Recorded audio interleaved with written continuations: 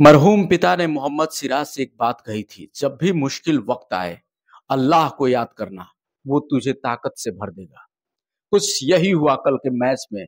और मियां मैजिक ऐसे चला। 18वां ओवर लेकर जब सिराज दौड़ने को जा रहे थे, पाकिस्तान को सिर्फ 30 रन की जरूरत थी। 18वां ओवर कितना जरूरी होता है, कितना अहम होता है, आप सब समझ सकते हैं।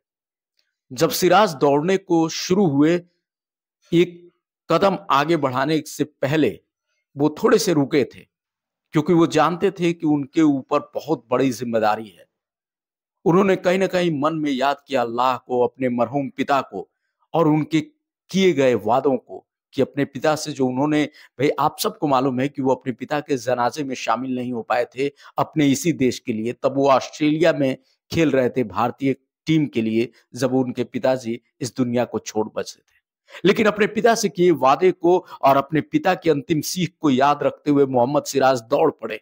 और फिर उस ओवर में क्या कुछ हुआ आप सब जानते हैं।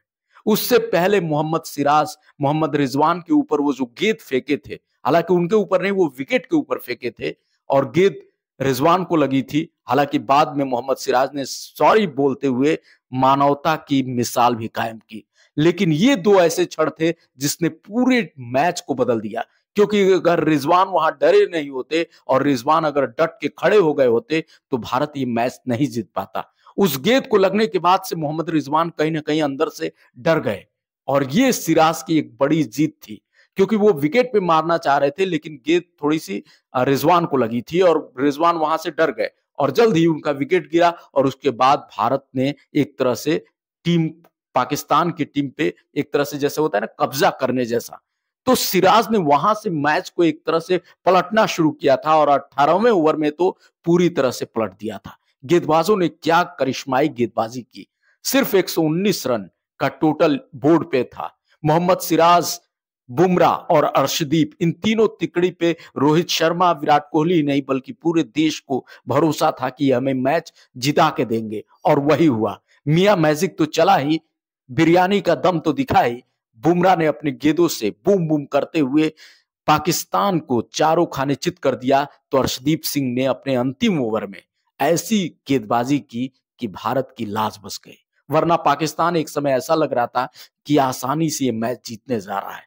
लेकिन गेंदबाजों ने जैसे कसम खा ली हो। मोहम्मद सिराज तो जैसे एकदम कफन बांध के आए थे कि आज किसी कीमत पे पाकिस्तान को जीतने नहीं देंगे। और सिराज में वो तेवर दिख रहा था, जब उन्होंने गेंद रिजवान की तरफ फेंका था तो वो तेवर दिख रहा था कि आज अपने देश को जिताना है, चाहे कुछ भी हो जाए। और यही वजह है कि गेंदबाजों ने पूरी तरह से इस मैच का रुख भारत की तरफ मोड़ दिया।